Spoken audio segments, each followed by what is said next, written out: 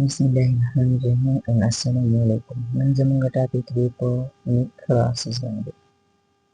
نیکراسس څه ته ویل کېږي د دې نه مې ځان پوه کړو. نیکراسس ویل کېږي abnormal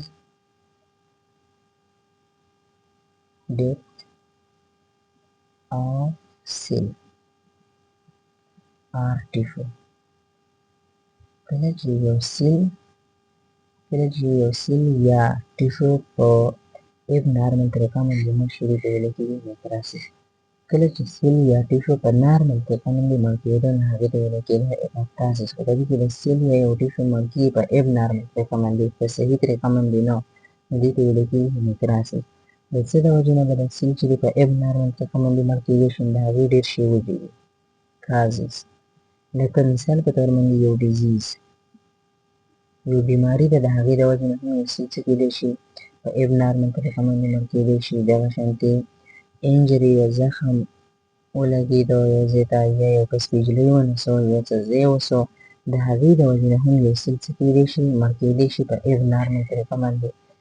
د دې سره سره په ټاکسیک کیمیکل، هر هغه څیزونه یا هر هغه کیمیکل چې هغه زهریله دي، لکه زهر شو، پویزن مثال په طور باندې، د هغې د وجې نه هم یو سیل یا یو ټیشو څه کېدی شي مړ کېدی شي. د دې سره ریډیشن، یو کس دی هغه ډېر زیات ریډیشن ته مخامخ کېږي، د دې د وجې نه هم څه سیل یا ټیشو مړ کېدی شي. بل انفیکشن، لکه مثال په طور باندې بکټیریا شوه یا وایرس شو، د هغه څه انفیکشن کو، د هغې د وجې نه هم یو سیل چې دی مړ کېدی شي. خو د دې سره اهم ټولو کې کوم کاز چې دی او چې ډېر زیات دی نو هغه دی بلاکیج آف بلډ فلو، آف بلډ فلو. کله چې یو سیل ته یا یو ټیشو ته وینه بلاک شي، یعنې هغه ځای ته کله وینه نه ځي، د دغې د وجې نه هم څه کېدی شي یو سیل مړ کېدی شي، چې ورته نیکراسس ویلی شي. اوس د دقې په بنیاد باندې زه تاسو ته یو څو خبرې کوم چې څنګه لکه یو ځای ته وینه نه ځي یا یو سیل ته وینه نه ځي او هغه سیل څه کېدی شي مړ کېدی شي. وایي سیل ډای، سیل ولې مړ کېږي؟ نو تاسو ته به پته وي زموږ سیل چې دی په قرباو سیلونو نه جوړ دی، او هر سیل چې کوم دی هغه ته ضرورت دی د خوراک، دغه شانتې د اکسیجن، د هر څیز ضرورت دی چې دی پرې ژوندی خپل کار وکړي. نو سیل نیډ O2 شو، دغه شانتې د دې سره سره مثال په طور باندې نیوټرنټس دي، دې ورته ضرورت دی. بل سیل ته د څه ضرورت دی؟ د واټر ورته ضرورت دی، د دې شیزونو ورته ضرورت دی که نه چې دوی خپل کار وکړي. او دا ټول شیزونه که تاسو وګورئ دا څوک وړي دي سیل ته؟ دا وړي بلډ. څه وړي؟ بلډ. خو چې کله بلاکیج راغی دې سیل ته وینه نه راځي نو څه چل به کېږي؟ دا شیزونه خو به سیل ته نه ځي. چې کله دا شیزونه سیل ته نه ځي نو سیل به څه کېږي؟ مړ کېږي به، ځکه چې د دې نه بغیر خو سیل ژوندی نشي پاتې کېدی. نو سیل ډایي، سیل به څه شي؟ مړ به شي. ګورئ هر سیل ته د څه ضرورت دی؟ د خوراک ضرورت دی، د اکسیجن ضرورت دی، دغه شان د کوم ویسټ پراډکټ چې دي هغه پکې جوړېږي د هغې ورته هم څه دی؟ ضرورت دی چې دا د دې نه څه شي؟ لرې شي. او دا لرې کول یا دا شیزونه راوړل دا ټول کار دی د بلډ. خو چې اوس سیل ته وینه ځي نه نو دا خوراکونه خو چې دی سیل ته نه وړل کېږي، دغه شانتې کوم ویسټ پراډکټ چې په سیل کې جوړ شوي دي هغه ترې نه لرې کېږي، نو دا سیل به څه شي؟ ډای، مړ به شي. نیکراسس پراسس څه دی؟ څنګه به یو سیل چې دی مړ کېږي، څنګه به ختمېږي؟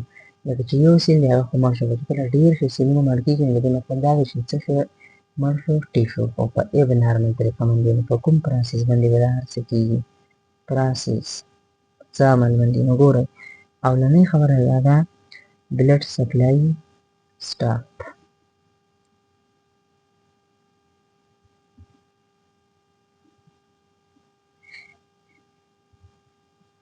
بلډ سپلای به څه شي؟ سټاپ به شي. چې بلډ سپلای څه شوه؟ سټاپ شوه نو څه به وشي؟ سیل به خپل کار پرېږدي. سیل لاز نارمل فنکشن. ولې به خپل کار پرېږدي؟ ځکه چې خوراک ورته نشته دی، اکسیجن ورته نشته دی، واټر ورته نشته دی، دی خو کار تاسو داسې نه کوي، دی خو په دې شیزونو باندې تاسو نه کار کوي، نو دی به خپل کار پرېږدي. د دې نه چې دی کله خپل کار پرېږدي دی به سویل اپ شي. سیل swell up.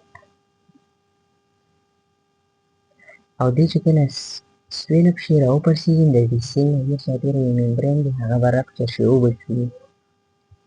پلازما ممبرین یا څه ورته ویلی کېږي سیل ممبرین رپچر. او چې دا رپچر شي نو په دې کې به هولز وشي. څه به وشي؟ هولز. په چا کې؟ په دغه پلازما ممبرین کې هولز. او د دغه هول یعنې سوري به پکې جوړ شي او د دغه هولز په ذریعه باندې په سیل کې چې کوم کانټنټ دی سیل کانټنټ سیل کې دنده چې کوم شیونه دي ډي ان اې دی ارګانلې دي نور پکې د څومره شیونه دي دا به بهر ته راوځي سپیل اوټ. څه به شي؟ د دغه ځای نه به بهر ته راوځي. دا چې کله بهر ته دا کوم نور سیلونه چې دي یا نور کوم ټیشو چې دی دغې ته به څه شي راوځي د کومه ایریا چې ده د سیل سره خوا کې دغه ځای ته نو په دغه ځای کې به وشي انفلیمیشن. څه به وشي؟ انفلیمیشن. انفلیمیشن څه ته ویلی کېږي؟ چې کله یو ځای دغه شي ریډنس پکې ته وشي ریډنس سور شي او د دې سره سره سویل اپ شي راوپړسېږي یعنې کومه ایریا چې ده دغه سیل سره ګیر چاپېره هغه به راوپړسېږي او درد به هم شروع کړي. څه به شروع کړي؟ پین درد. نو په دې طریقه باندې کېږي نیکراسس. ښه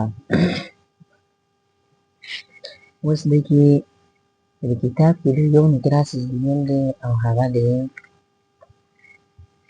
ایواسکولر نیکراسس.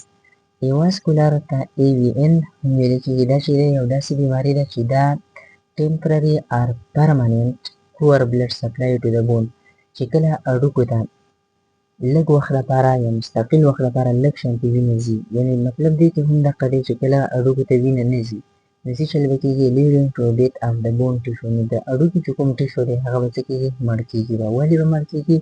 ځکه چې وینه ورته نه ځي. چې وینه ورته نه ځي خوراک ورته نه ځي. خوراک ضرورت دی چاته؟ هډوکي ته. هډوکي ته د خوراک ضرورت دی که نه خو چې اوس هغه ورته نه راځي نو دغه هډوکي به څه شي؟ مړ به شي. This process can lead to tiny breakage in the affected bone. اوس کوم هډوکي ته چې وینه نه ځي هغه افیکټډ بون دی متاثره شوی بون دی نو دغه به څه شی شي؟ ټیني بریکیج دا به مات شي which eventually collapses چې د هغې اخرنی دغه دا دی چې دغه به څه شي؟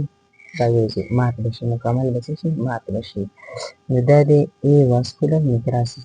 په ای واسکولر نیکراسس کې دا خبره ځان سره ډېر زیات یاد ساتئ چې په دې کې ډېر د دې خو اصل ډېر شی راغلي کازز دي خو موسټ کامن کاز چې دی هغه څه دی؟ بلاکیج of blood flow یعنې په دې کې د بلډ فلو چې کومه ده دا پکې به څه شي؟ بند به شي. نو امید لرم چې په دې باندې تاسو پوه شوي یئ. ما اجازت راکړئ د لوی الله په امان.